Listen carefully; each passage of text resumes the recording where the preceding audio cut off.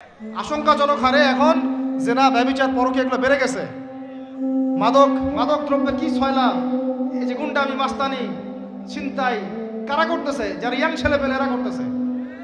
এদেরকে ফিরাইতে হইলে কোরআন ছাড়া কোনো গতি নাই। আইয়ামে জাহেলিয়াতের সেই মানুষগুলো কোরআনের আলোয় শ্রেষ্ঠ মানুষে পরিণত হয়েছে। কথা বুঝতে পারেন নাই?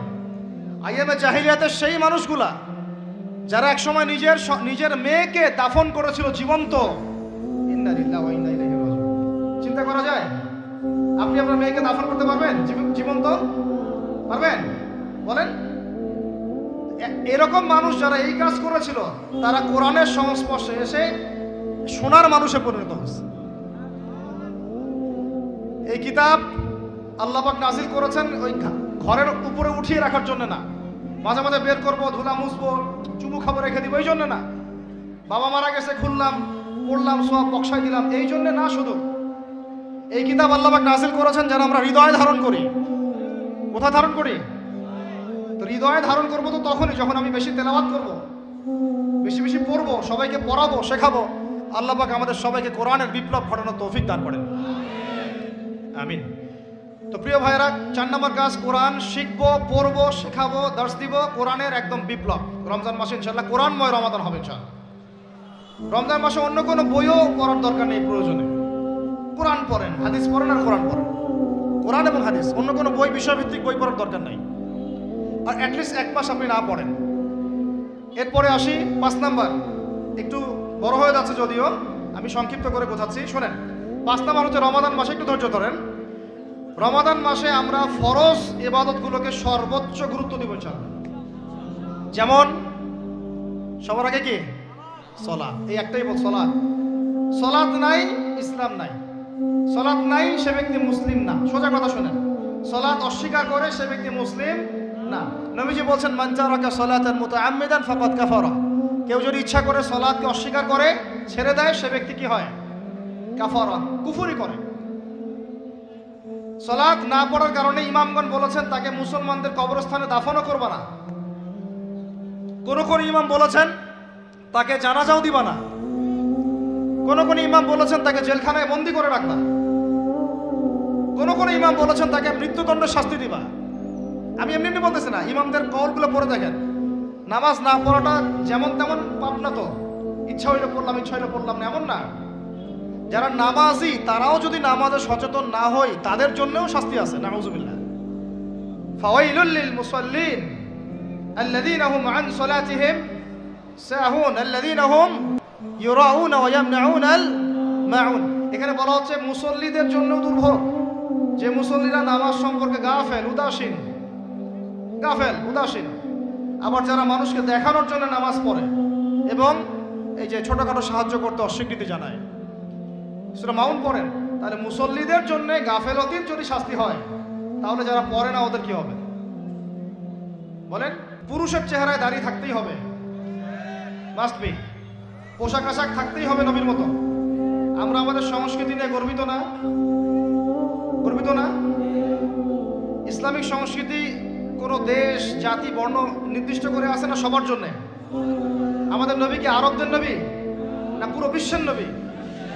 তাহলে আমাদের নবীর সুন্নত কি শুধু আরবরা পালন করবেন, আমরা সবাই করব? এখন আমাদের সবার চেহারা নবীর সুন্নাহ অনুযায়ী হতে হবে। গোঁফ ছোট করতে হবে, দাড়ি লম্বা করতে হবে, পোশাক ঠিক করতে হবে, টাকনুর উপরে কাপড় পরতে হবে। এখন ছেলেরা পরে টাকনুর উপর কি, হ্যাঁ, ছেলেরা পরে টাকনুর নিচে, আর মেয়েরা পরে কি উপরে। এরপরে বসে ছেলের সাথে বাইকে, দেখবেন হাঁটু পর্যন্ত দেখা যায়। সেটা এমন না? এখন হুজুর আপনারাও দেখেন না? আমরা দেখি না, আপনারা দেখান। আমরা কি করি না? আমরা দেখি না, বরং আপনারা দেখান। দেখালে আমরা চোখটা সরাই বলি আউযু বিল্লাহি মিনাশ শাইতানির রাজিম। চোখে বললে আমরা কি বলি? আউযু বিল্লাহি মিনাশ শাইতানির রাজিম। এখন আসেন, আমাদের পোশাক আশাক, কথাবার্তা, চলাফেরা, আমল, খাওয়া, ঘুম, ব্যবসা বাণিজ্য যা আছে, রাজনীতি, অর্থনীতি, সমাজনীতি, সব কিছু নবীর সুন্নাহ মাফিক ঢেলে সাজাইতে হবে। রাজি কিনা? রমজান মাসে এটা নিয়ত করা যাবে ইনশাআল্লাহ। আল্লাহ পাক তৌফিক দান করেন, আমিন। 7 নম্বর আসেন ভাই। 7 নম্বর হচ্ছে আমরা কোনো অবস্থায় হারাম কোনো রিজিকে যাব না। রাজি? রোজা রাখতেছেন, ইবাদত করতেছেন, নামাজ পড়তেছেন, তারাবি পড়বেন, অনেক কিছু করবেন। এবার এদিকে রিজিকে সুদ, এদিকে রিজিকে ঘুষ, রিজিকে এখানে দুর্নীতি, এখানে করাপশন, এখানে বাপে কম দেওয়া, একটা ইবাদতও কবুল হবে না। হারাম রিজিক থাকলে বিশ্বাস করেন, আমি এমনি কথা বলতেছি না, নবী সাল্লাল্লাহু আলাইহি ওয়াসাল্লাম বলেছেন ইন্নাল্লাহা তাইয়্যিব লা ইউকবালু ইল্লা তাইয়্যিব। আল্লাহ পবিত্র, আল্লাহ পবিত্র ছাড়া গ্রহণ করেন না, কবুল করেন না। মুসাফিরের দোয়া আল্লাহ ফিরাই দেন না, সেই মুসাফির যদি হারাম খায় সেই দোয়াও কবুল হচ্ছে না। একজন মুসাফির হাত তুলে দোয়া করছিলেন, নবীজি বলছেন মাথায় ধুলা, গায়ের কাপড় ঠিক নাই, মুসাফির সেজদায় আল্লাহর কাছে দোয়া করছে, হাত তুলে দোয়া করছে, আল্লাহ আমাকে এইটা দাও, ওইটা দাও, ওইটা দাও, ইয়া রব্বি ইয়া রব্বি ইয়া রব্বি। নবীজি বলছেন এই ব্যক্তি যদিও মুসাফির, কিন্তু কিভাবে তার দোয়া কবুল হতে পারে? তার পানীয়টা হারাম, তার খাবারটা হারাম, তার পোশাকটা হারাম। যেতে পারছি ভাই? এমনিতে মুসাফিরের দোয়া কবুল হয়, তিন ব্যক্তির দোয়া আল্লাহ ফিরাই দেন না। কয় ব্যক্তি? এক নাম্বার হচ্ছে মুসাফির, দুই নাম্বার হচ্ছে কি সন্তানের জন্য পিতামাতার দোয়া, আর তিন নাম্বার কি মাজলুমের দোয়া। মাশাআল্লাহ, আপনারা জানেন ভালোই। মাজলুম মানে কি? যার উপর জুলুম করা হয়, যার উপর জুলুম করা হয়েছে। আমরা এখন কিন্তু সবাই মাজলুম, তাই না ভাই? পুরো মুসলিম উম্মাই এখন মাজলুম। ইনশাআল্লাহ এই অবস্থা থাকবে না। ইনশাআল্লাহ জালেম যেখানে জুলুম করবে পতন হবে, সমস্ত জালেমদের পতন বিশ্ব থেকে হবে ইনশাআল্লাহ। এটা সময়ের ব্যাপার। কিসের ব্যাপার? আল্লাহ পাক পরীক্ষা করছেন আমাদেরকে। ইসরায়েল সারা জীবন বোম মারতে থাকবে না ইনশাআল্লাহ তাআলা। ফিলিস্তিনের মা বোনরা এভাবে ধর্ষিত হবে না ইনশাআল্লাহ। একদিন ওই বাচ্চারা বড় হবে, ওরা যুদ্ধ করবে ইনশাআল্লাহ। এই ভাইরা যাদেরকে মারা হচ্ছে, এই এই লীলা খেলা চলবে না ইনশাআল্লাহ। ইনশাআল্লাহ তাআলা এই হাদিসের উপর বাস্তবায়ন হবে। কোন হাদিস? নবীজি বলেছেন লা তুকাতিলুনাল ইয়াহুদ, তোমরা অবশ্যই এই জালেম ইহুদিদের সাথে যুদ্ধ করবেই। ওয়ালা তাকতুলুনহুম, তোমরা অবশ্যই এদেরকে হত্যা করবেই। এমন কি ওরা পাথরের পিছনে লুকালেও হাত্তা ইয়াকুলুল হাজার ওয়াশ শাজার, পাথর গাছ কথা বলা শুরু করবে। ইয়া মুসলিম, হে মুসলিম সৈন্য, ইন্না ওয়ারাইল ইয়াহুদ তাআল ফাকতুলহু, আমার পিছনে ইহুদি লুকিয়ে আছে, ভয়ে লুকাইছে, আসো একে হত্যা করো। কে বলবে?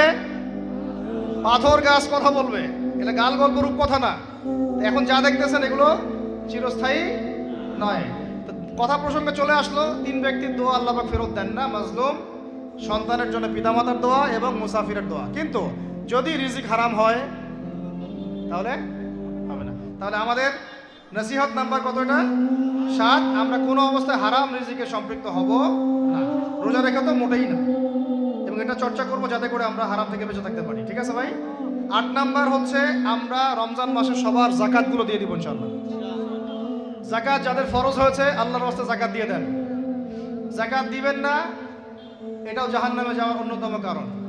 ওই সম্পদগুলোকে এভাবে গলানো হবে, গলিয়ে মুখে, গালে, পার্শ্বদেশে, চামড়ায় লাগিয়ে দেওয়া হবে। নাউজুবিল্লাহ। সূরা তাওবায় আছে এটা। কোন সূরায়? তাওবায়। যাকাত দিতে হবে। কেউ যদি যাকাতকে অস্বীকার করে সে কাফের হয়ে যাবে। কেউ যদি যাকাতকে অস্বীকার করে কি হয়ে যাবে? কাফের হয়ে যাবে। কেউ যদি মনে করে নামাজ ফরজ, নামাজ মানি, যাকাত মানি না, কি হয়ে যাবে? কাফের হয়ে যাবে। এখন আমার কথা হচ্ছে, ইসলামী অর্থনীতির মূল ভিত্তি হচ্ছে যাকাত। যাকাত যদি ঠিকঠাক মতো দিতেন, বাংলাদেশে একটা দরিদ্র মানুষও খুঁজে পাওয়া যাইত না। এটা গাল গল্প না, এটাই বাস্তবতা। কিন্তু আমরা সেটা বাস্তবায়ন করতে পারি নাই, পারছি না। আমার কথা শুনেন ভাই, বাংলাদেশে এমন অনেক মানুষ আছে, হাজার হাজার, যাদের যাকাত যদি আপনি কালেক্ট করতে পারেন, সমাজে একটা দরিদ্র মানুষ খুঁজে পাওয়া যাবে না। এমন একজন মানুষের যাকাত দিয়ে আপনি একটা গ্রামের মানুষকে খাওয়াইতে পারবেন। মিলসের মালিক যাকাত দেয় না, গার্মেন্টসের মালিক অনেক যাকাত দেয় না, ফ্যাক্টরি মালিক যাকাত দেয় না, অনেকে কানাডায় বাড়ি ঘর করতেছেন, এখানে যাকাত দেন না। আছে না এরকম? যাকাত না দিলে ইসলামের খুঁটি থেকে নাম কাটা পড়ে গেল। ইসলামের ভিত্তি কয়টা? 5টা না? তাওহীদের পরে কি সালাত না? সালাতের পরে কি? যাকাত। তারপরে না রমাদান এবং হজ, তাই না বিষয়টা? আল্লাহ পাক আমাদেরকে ইসলামের এই 5টা পিলারের অন্যতম পিলার যাকাতের উপর আমল করার তৌফিক দান করেন।